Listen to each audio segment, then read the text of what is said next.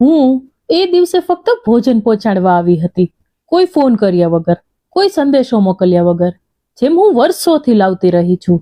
ઘરવાળાઓ માટે કંઈક ગરમ, કંઈક પોતાના હાથનું બનાવેલું. સોસાયટીના ગેટ પર પહેરેદાર મને જોઈને માથું ઝુકાવીને નમસ્તે કર્યો. નમસ્તે માતાજી, તેણે રજિસ્ટર ઉચક્યું અને કહ્યું. મેં હળવી સ્મિત સાથે જવાબ આપ્યો. રહેવા દે બેટા, બસ 2 મિનિટ, ભોજન આપીને આવું છું. પણ આજે 2 મિનિટ પણ વધારે થઈ ગઈ. લિફ્ટથી તેમના ફ્લેટ સુધી જતા મારી આંગળીઓ અજાણતા ટિફિનના હેન્ડલ પર વધુ જકડી ગઈ. સ્ટીલનો ડબ્બો ગરમ હતો, મેથીના પરાઠા અને પનીરની ભુરજી. સવારથી કમરમાં દુખાવો હતો, પરંતુ મેં તેને જાણે અવગણ્યો હતો. એ વિચારીને કે ઘરમાં બાળકો છે, વહુ થાકી જતી હશે, દીકરો કામમાં વ્યસ્ત હશે અને મારા બનાવેલા ભોજનથી ઓછામાં ઓછું એક ચિંતા તો ઓછી થઈ જશે. દરવાજા પાસે પહોંચીને હું બેલ દબાવવા માટે જતી હતી કે અંદરથી અવાજો આવવા લાગ્યા. ધીમા, પછી તેજ અને એટલા સ્પષ્ટ કે હું ત્યાં જ થંભી ગઈ. મારા હાથ હવામાં જ અટકી ગયા. રોજ કંઈ કહ્યા વગર આવી જાય છે, એક સ્ત્રીનો અવાજ હતો. મેં કેટલી વાર કહ્યું છે, પહેલા કહી દેવું, આ રીતે અચાનક આવી જવું મને બિલકુલ પસંદ નથી. મારા પેટમાં જાણે કોઈ ઠંડી લહેર દોડી ગઈ.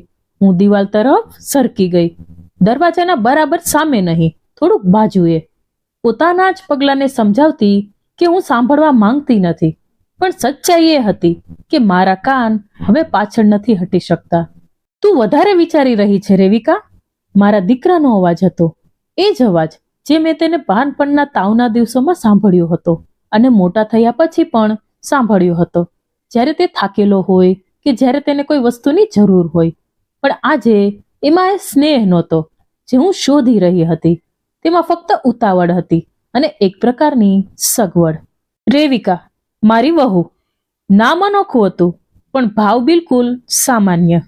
એ જ અંતર, એ જ જીજબાટ, એ જ અદ્રશ્ય દિવાલ. વધારે વિચારી રહી છું? રેવિકા હસી.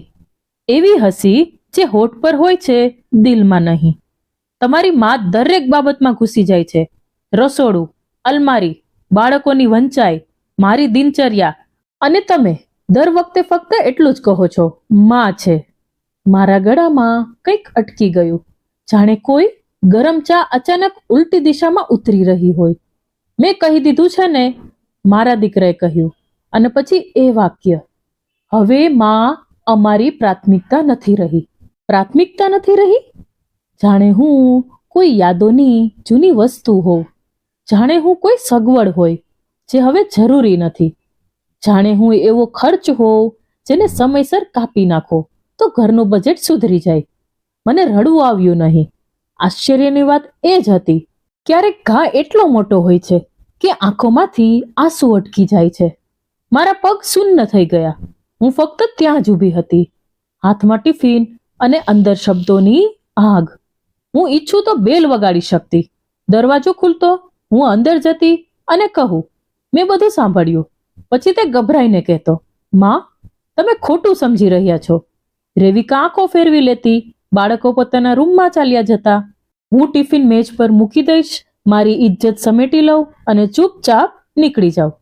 આ બધું પહેલા પણ કરી ચૂકી હતી, ઘણી વખત.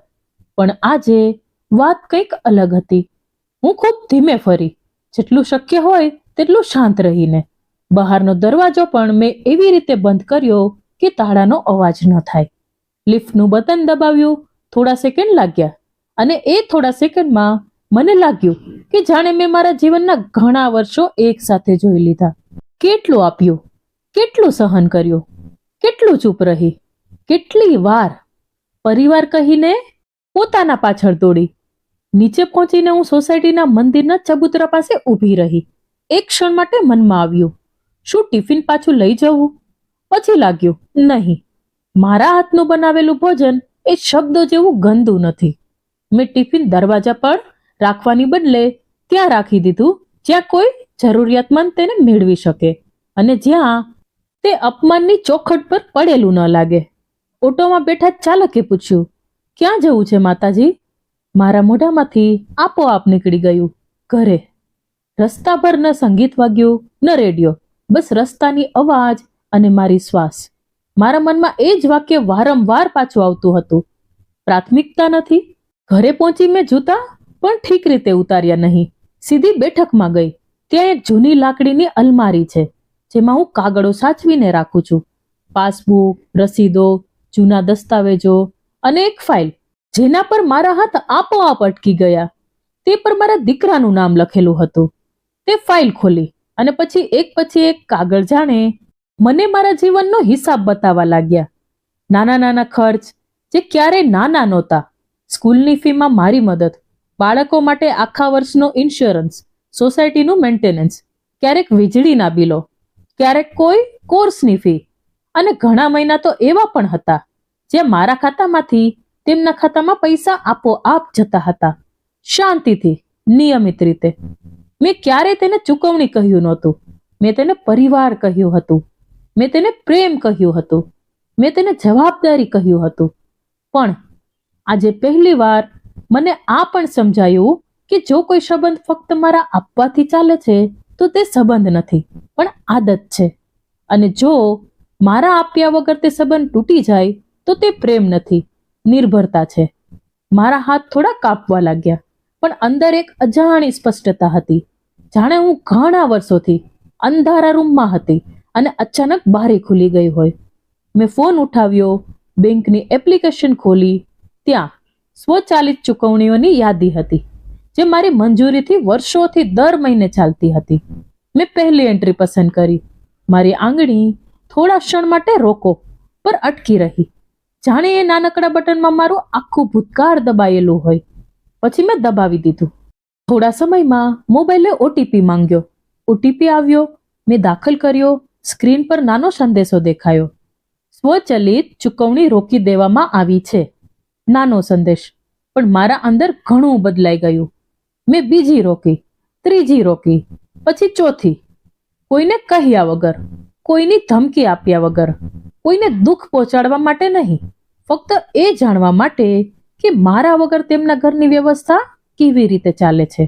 અને એથી પણ મોટો પ્રશ્ન, મારા વગર તેમનો લાગણીભર્યો સંબંધ કેવી રીતે ચાલે છે. મેં ફોન મેજ પર મૂકી દીધો અને ઊંડો શ્વાસ લીધો. એવી શ્વાસ જે વર્ષો પછી સંપૂર્ણ રીતે અંદર સુધી ઉતરે.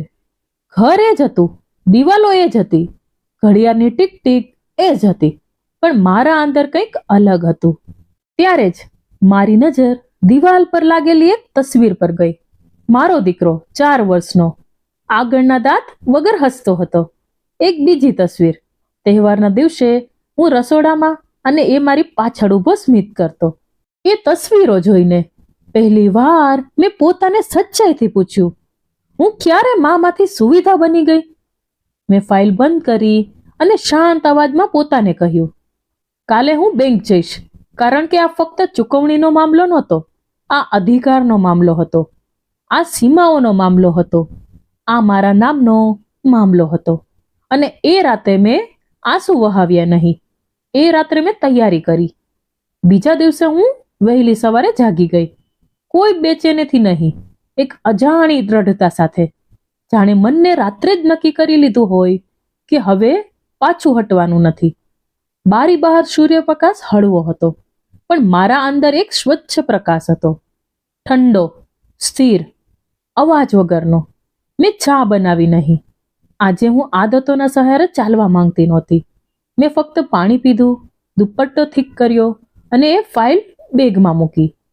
એ જ ફાઇલ જેમાં મારા નામના કાગળો હતા, મારા ખાતા હતા અને વર્ષોની મૌનની નિશાનીઓ હતી, જેને મેં પરિવાર કહીને ઢાંકી દીધી હતી. બેંકની શાખા શહેરના જૂના ભાગમાં હતી.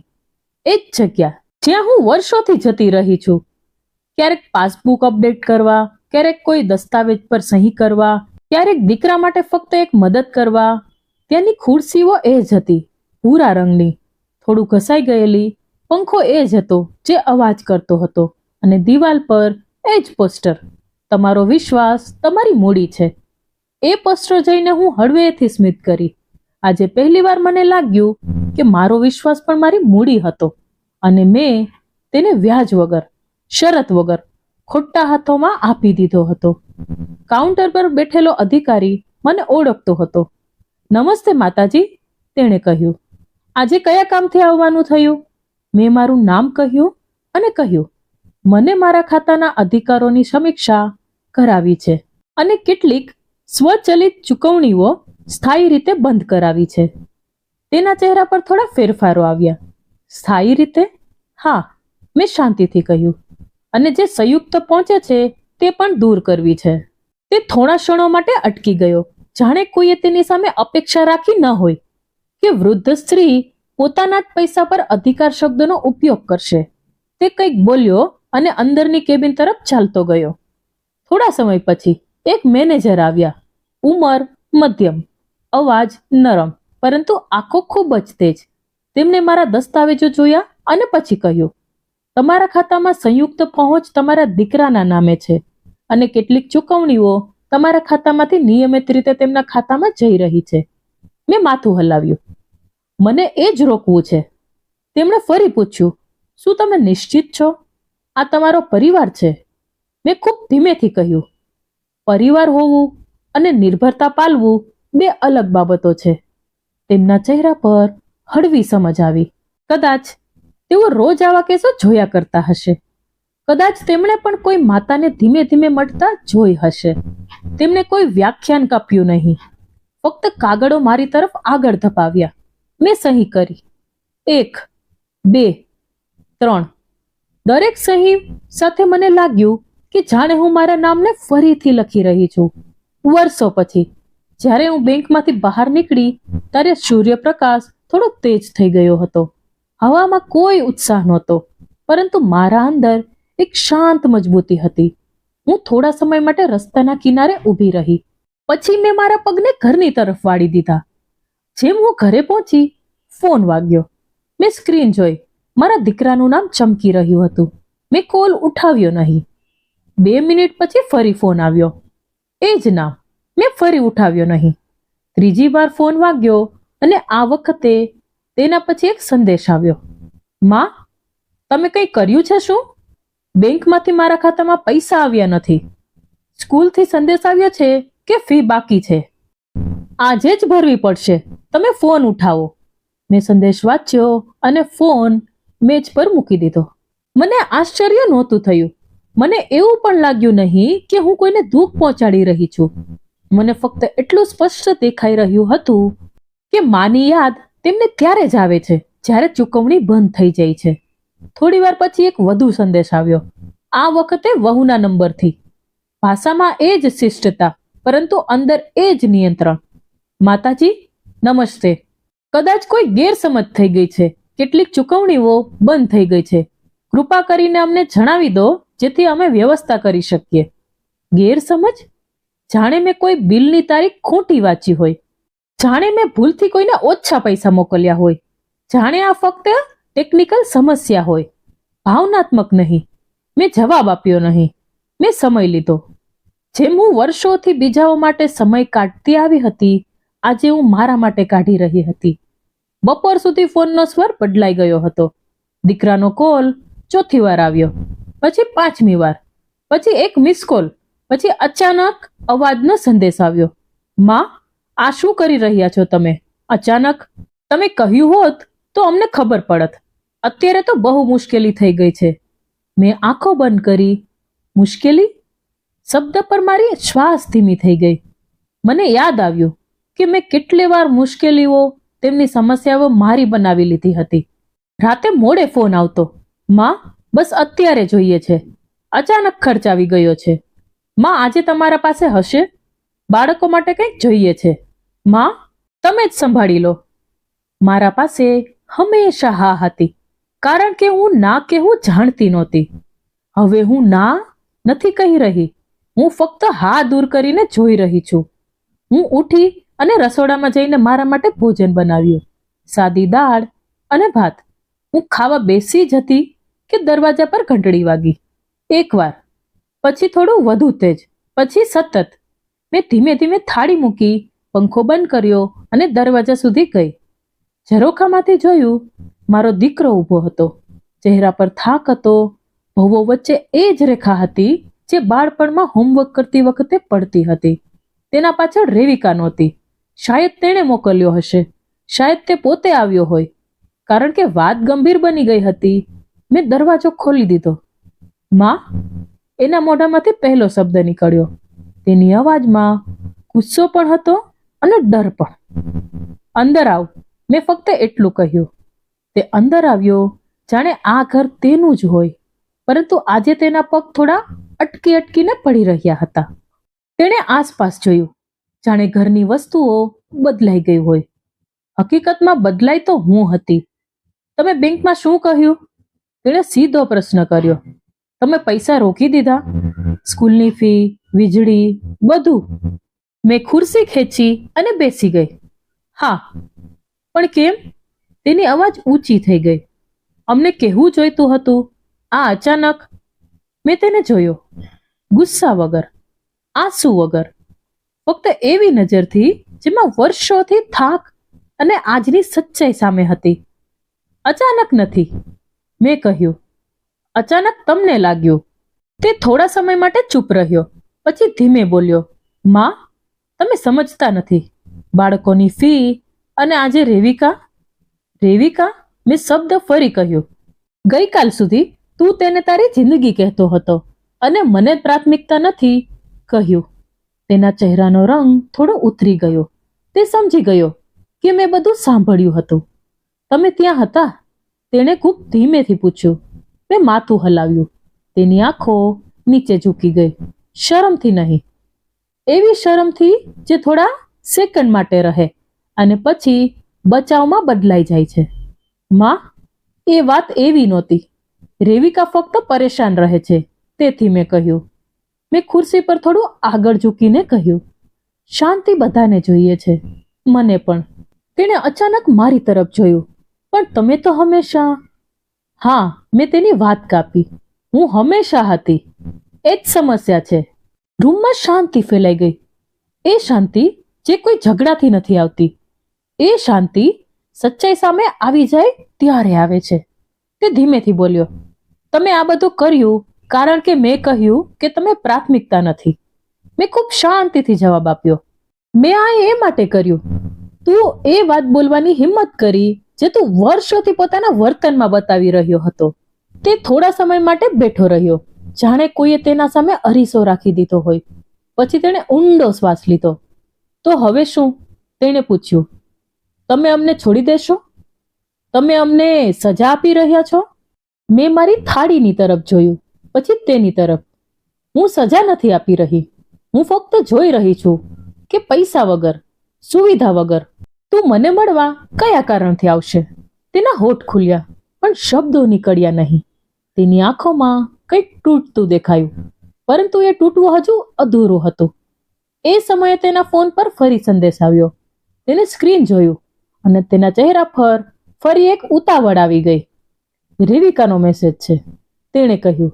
તે કહે છે કે આજે સ્કૂલમાં ફી જમા કરાવવી પડશે.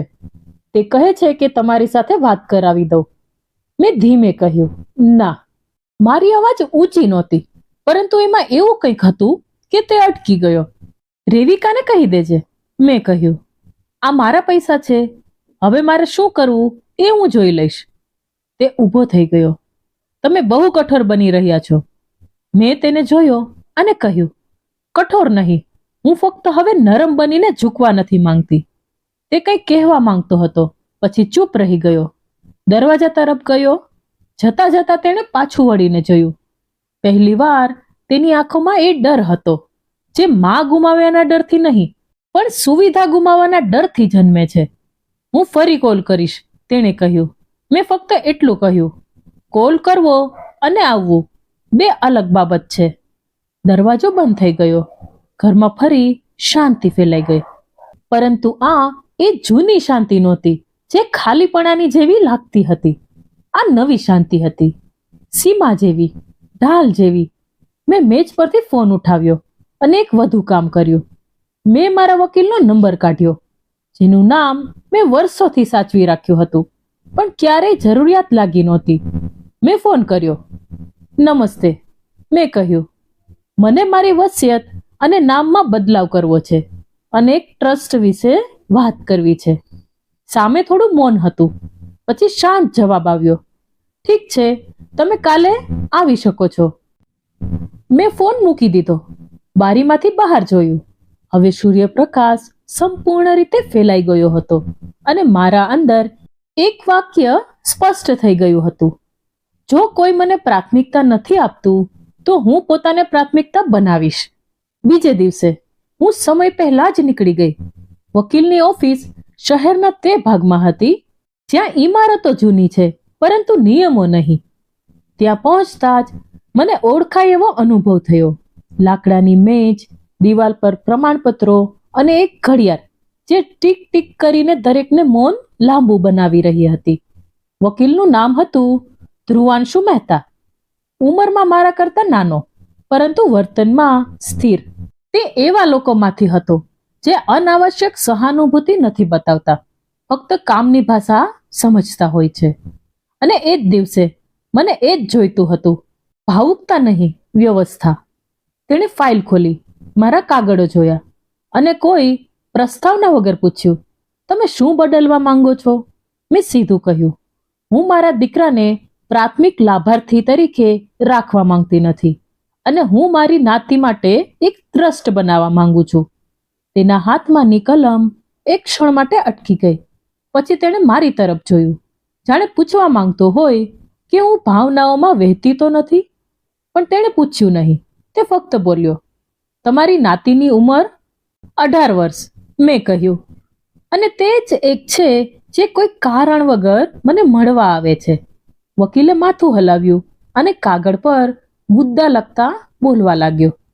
ટ્રસ્ટ કયા પ્રકારનો રહેશે, કઈ ઉંમરે અધિકાર મળશે, શિક્ષણ અને આરોગ્ય માટે કઈ શરતો રહેશે અને સંરક્ષણ કોણ રહેશે. તેના શબ્દો ઠંડા હતા, પરંતુ મારા માટે એ એક પ્રકારની ગરમાહટ હતી. પહેલી વાર કોઈ મારી સાથે એવી રીતે વાત કરી રહ્યું હતું જાણે હું કોઈની માં નહીં, એક સ્વતંત્ર વ્યક્તિ છું. મેં દરેક પાનાને ધ્યાનથી વાંચ્યું, દરેક જગ્યાએ મારા હસ્તાક્ષર કર્યા. હવે મારા હસ્તાક્ષર ફક્ત લખાણ નહોતા, તે મારી સીમા હતી. પછી વકીલે પૂછ્યું, તમારો દીકરો તમારા માટે કાનૂની પ્રતિનિધિ તરીકે પણ નોંધાયેલ છે, શું તમે તેને દૂર કરવા માંગો છો? મેં વિના રોકાયા કહ્યું, હા. તેણે ફરી એકવાર ખાતરી કરી, તમે નિશ્ચિત છો? મેં ખૂબ શાંત અવાજમાં કહ્યું, હા, પણ હવે મારી જિંદગીનો નિર્ણય બીજા કોઈના હાથમાં રહેવા દેવા નથી માંગતી. કાગળો બંધ થયા, તારીખ નક્કી થઈ અને જ્યારે હું ઓફિસમાંથી બહાર નીકળી મને એવું લાગ્યું કે જાણે મેં મારા અંદરના કોઈ રૂમનું તાળું ખોલી દીધું હોય, જેની ચાવી વર્ષોથી કોઈ બીજાના ખિસ્સામાં હતી. રસ્તામાં હું એક નાની મીઠાઈની દુકાન પર અટકી. કોઈ મોટો ઉત્સવ નહોતો, ફક્ત મેં મારા માટે મીઠાઈ લીધી. તે ખાતા મને પહેલી વાર આ અનુભવ થયો કે પોતાના માટે પણ એક અધિકાર હોય છે. હું ઘરે પરત આવી તો વાતાવરણ બદલાયેલું હતું, જાણે હવામાં કંઈક તણાવ તરતો હોય. મારા મોબાઈલમાં ઘણા મિસકોલ હતા, કેટલાક દીકરાના, કેટલાક વહુના અને એક લાંબો સંદેશ પણ, માતાજી, આ બધું બહુ વધી ગયું છે. અમે પરિવાર છીએ, કૃપા કરીને આ રીતે બધાને મુશ્કેલીમાં ના મૂકો. આપણે બેસીને વાત કરવી જોઈએ. બધાને મુશ્કેલી? મને હાસ્ય આવ્યું નહીં, મને ફક્ત એક ઠંડી સ્પષ્ટતા આવી. મુશ્કેલી ત્યારે નહોતી જ્યારે મારા અંદર દરરોજ કંઈક તૂટતું હતું. મુશ્કેલી ત્યારે શરૂ થઈ જ્યારે કોઈનો આરામ છીનવાઈ ગયો. સાંજના સમયે દરવાજા પર ઘંટડી વાગી. આ વખતે અવાજમાં ઉતાવળ નહોતી, ફક્ત એક દબાયેલ વિનંતી જેવી હતી, જાણે કોઈ જાણતું હોય કે તેણે ભૂલ કરી છે, છતાં આશા હોય. મેં ઝરોખામાંથી જોયું. રવિકા હતી, એકલી હતી. તેના હાથમાં એક સાદો બેગ હતો. ચહેરા પર એ નિયમિત નિયંત્રણ હતું જે હંમેશા રહેતું હતું. આજે તેની આંખો કંઈક કહી રહી હતી, થાક, ગભરાટ અને કદાચ ડર. મેં દરવાજો ખોલ્યો. માતાજી, તેણે કહ્યું. અવાજ ધીમો હતો. શું હું અંદર આવી શકું? મેં રસ્તો આપ્યો, પરંતુ મારી જગ્યા છોડી નહીં. જાણે પોતાના જ ઘરમાં પણ હવે હું કોઈ માટે જગ્યા બનાવી નહોતી રહી. હું ફક્ત મારી જગ્યા સંભાળી રહી હતી. તે અંદર આવી અને બેઠી. તેના હાથ એકબીજા સાથે ગૂંચવાયેલા હતા. આ એ જ હાથ હતા જે ક્યારેક બાળકોની બેગ ઉઠાવી લેતા અને ક્યારેક મારું બનાવેલું ભોજન જોયા વગર જ ટિફિન ફ્રીજમાં મૂકી દેતા. આજે તે હાથ ખાલી હતા. હું ઝઘડો કરવા નથી આવી, તેણે કહ્યું. હું વાત કરવા આવી છું. મેં ખૂબ સરળતાથી જવાબ આપ્યો. ઠીક છે, બોલ. તેણે શ્વાસ લીધો. મને ખબર છે મેં તમને ક્યારેય સાચે અપનાવ્યા નથી. હું ચૂપ રહી. મારું મૌન સહમતિ નહોતું, તે ફક્ત ધ્યાન હતું. મને ડર લાગતો હતો. તેણે આગળ કહ્યું, તમારી હાજરીથી નહીં, તમારા ત્યાગથી. કારણ કે તે મને મારી ખામી બતાવતો હતો અને હું તે સ્વીકારી શકતી નહોતી. આ પહેલી વાર હતી જ્યારે તેના શબ્દોમાં તમે ખોટા છો નહોતું. પહેલી વાર તે પોતાને જોઈ રહી હતી. મેં પૂછ્યું, અરે મારા દીકરાને? તેની આંખો નીચે ઝૂકી ગઈ. મેં તેને તમારા વિરુદ્ધ કર્યો નહીં, પરંતુ તેને વચ્ચે ફસાવી દીધો અને તેણે સુવિધા પસંદ કરી. તેની આ સ્વીકારી મારા માટે કોઈ જીત નહોતી. આ ફક્ત સત્ય હતું.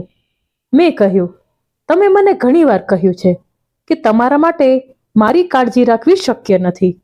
રવિકાની આંખોમાં પાણી આવી ગયા, પણ તે રડી નહીં.